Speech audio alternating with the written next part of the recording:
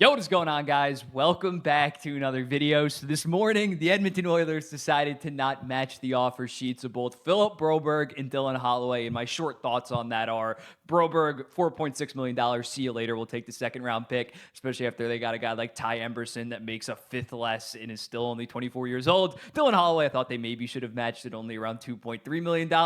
But when looking at it, these were Edmonton Oilers' first round picks in 2019. They selected Broberg 8th overall, and in 2020, they selected Holloway 14th overall. So lottery guys that are no longer with the club 5 years later. So I wanted to look at Ken Holland's drafting record from 2019 to 2023 because it is shockingly bad. It is very impressively bad. This isn't the first Ken Holland first round pick that has been moved. In fact, only one out of his 4 first round picks from this time frame are still within the team. It is honestly remarkable. And as a result, Edmonton Oilers are still a very good team, probably the front runner to win it, but they have not that good of a young up and coming prospect pool system outside of Matthew Savoy. So we're going to go through it now. We're going to start in 2019 and work our way down because this is an insane stat from 2019 to 2023. And again, the 2022, 2023 guys aren't going to be logging like full NHL seasons, but from those drafts, he has only got 177 NHL games out of the 25 guys that Ken Holland selected when he was general manager. He got the job in the spring of 2019. So let's get into it. Let's dive into it. We start in 2019 with Philip Broberg at 8th overall. It wasn't some massive shock. He was mocked in like the teens. Maybe a couple people had him like 20. A couple people had him within the top 10, but no higher than like 7th or 8th. So when looking at it, it was a very surprising pick because he was kind of this unknown Swedish defenseman. And it didn't really work out. 81 career NHL games, only 13 points, only 12 games this season. Yes, he did play 10 playoff games and did show some flashes. But for 8th overall, the fact that he's 23 years old at this point, I know that still sounds pretty young, but most of the time by 23, by your 5th year after getting drafted, you probably know what they're going to turn into. I think Broberg can be a solid second pair guy, but again, considering the fact that Edmonton, this was their last top 10 pick and they whiffed this bad on it, and especially when looking at the names around Broberg, you got Trevor Zegras right after at 9th overall, Matthew Boldy at 12th, Cam York, a defenseman at 14th, Cole Caulfield at 15th, Thomas Harley at 18th. It was an absolute waste. At least they got a second round pick for Thomas Harley. It's probably going to be a decently high second round pick. I don't think St. Louis is going to be that good, but the Broberg experience, simply unacceptable, and Ken Holland really just started his drafting record like it would continue on. In the second round of that draft, he selected Raphael Lavoie, not Savoy, Lavoie. He has been in the AHL the last 2 seasons. He's had 45 points in 61 games in 2023 and 50 points in 66 games in 2024. Although he has not really been able to crack the NHL roster. He played 7 games this season, went scoreless, as well as only playing 7 minutes a night.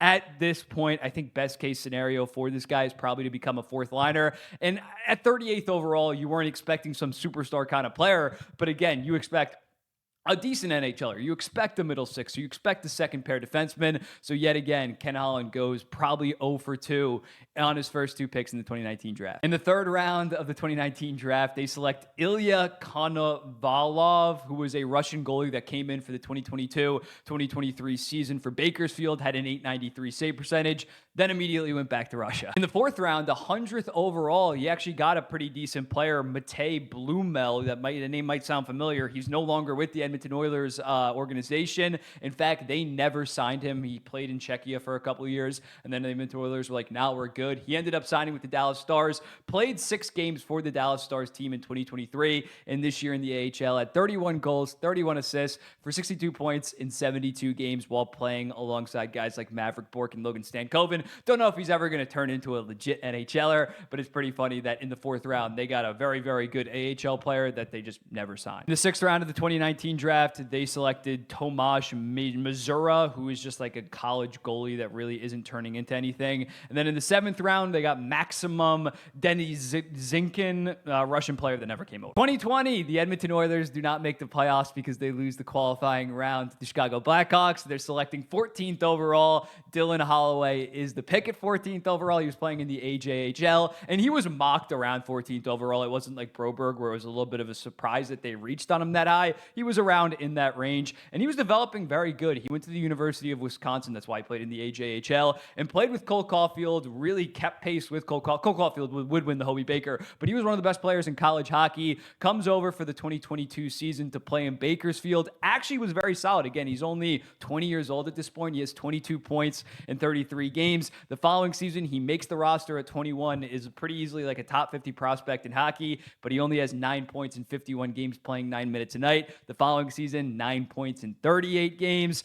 Then he gets offer sheeted 2 years at $2.2 million. The Edmonton Oilers think that, considering the other moves that they made, he's probably going to be stuck on the fourth line. Let's just let him walk. I think he can potentially turn into a 30 to 40 point guy. I think that probably would be best case scenario for the St. Louis Blues at this point. He's shown flashes. That one goal in the playoffs was absolutely insane. But again, 14th overall to whiff. At this point, it's looking like a whiff in Dylan Holloway. Not good by Ken Holland. They didn't have a second or third round pick, but in the fourth round at 100th overall, they selected Carter Savoy, who's a left winger, now is 22 years old. Last year had 22 points in 63 games. At this point, doesn't really look like he's going to materialize into an NHLer. Fifth round, Tyler Tullio, a right winger that had a promising 26 points in 63 AHL games last year, but this year only 21 and 54. At 138th overall, they select Maxim Berezikhin. He's a 6'3 Russian winger. The Edmonton Oilers still have his rights, and he's actually been around half a point per game player in the KHL the last 2 seasons, having 26 points in 52 games and then 30 points in 62 games. Again, only 22 years old. He might eventually come over at some point. This could potentially be a saving grace for Ken Holland. This might be like the best pick that he's had of his entire tenure. Then to finish out the 2020 draft, they select Philip Ngaris, who is a 25-year-old that's playing in the ECHL right now, as well as Jeremias Lindewall, who's playing in the second-tier league in Sweden. In 2021, the Edmonton Oilers make the playoffs, although they got swept by the Winnipeg Jets, and they're selecting 22nd overall. They get Xavier Bourgault, who's your typical skilled offensive CHL 6'5", run-of-the-mill kind of player that the CHL produces. He had a great draft year, +1, when his team won the QMJHL. He had 75 points in 43 games, and then his first year in the AHL, he had 32 points in 62 games at 20 years old. Looks like he was really panning out, was a top 50 prospect, but this season only had 20 points in 55 AHL games, and at this point looks at best to be a bottom sixer. In the third round of that draft, 90th overall, they selected Luca Munzenberger, a 6'3" German defenseman. Maybe Draisaitl convinced them to take him. He's been playing at the University of Vermont the last 3 seasons, but is like solely a defensive defenseman. 3 points in 32 games, 5 in 28. Don't think he's making the NHL. Jake Chasen at 116th overall. This year he played in the ECHL and had 20 points in 68 games, not turning into anything. In the 6th round, they got Matvey Pechov, who was very good in the CHL in 2022 and 2023, having 90 points and 93 points, but this year in the AHL had just 14 and 53. And then to round it out, they selected Shane LaChance, who has been pretty solid at Boston University this year with Celebrini, 27 points in 40 games.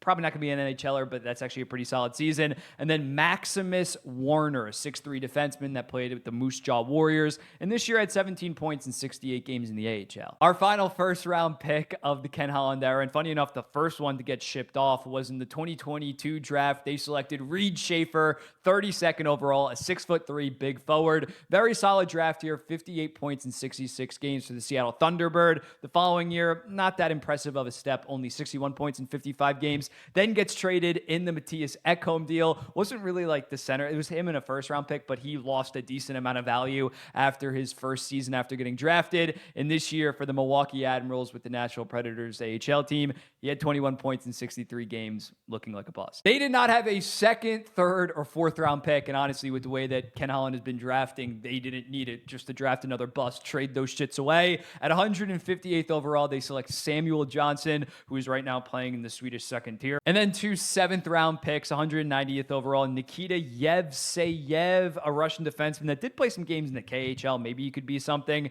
And Joe Mata, 222nd overall, 9 points in 26 games at Vermont this season as a center. He's not really turning it anything. And then the final draft that Ken Holland was at the helm for was the 2023 draft. Only 3 different picks, no first-round pick. At 54th overall, they selected Bo Akey. I really liked him at the time as a prospect, although he played for the Barrie Colts, who I hate. He had 47 points in 66 games. However, this year year. He did get hurt for most of it, only played 14 games, registering 9 points. Still an okay prospect, but nothing really special. In the 6th round, they selected Nathaniel Day, who in 54 games in the OHL this year had an .864 save percentage. Not sure what he's going to turn into. And then in the 7th, they selected Matt Capani, who plays at Merrimack University. He was an overager by 2 years, but this year did have 32 points in 30 games. Again, he's like 21, 22 at this point as a 2023 draftee, but at the college level, he was pretty impressive. So yeah, that is the full Ken Holland drafting experience in Edmonton. You look at it now, Broberg 8th overall. They're probably going to get like the 43rd overall pick for him.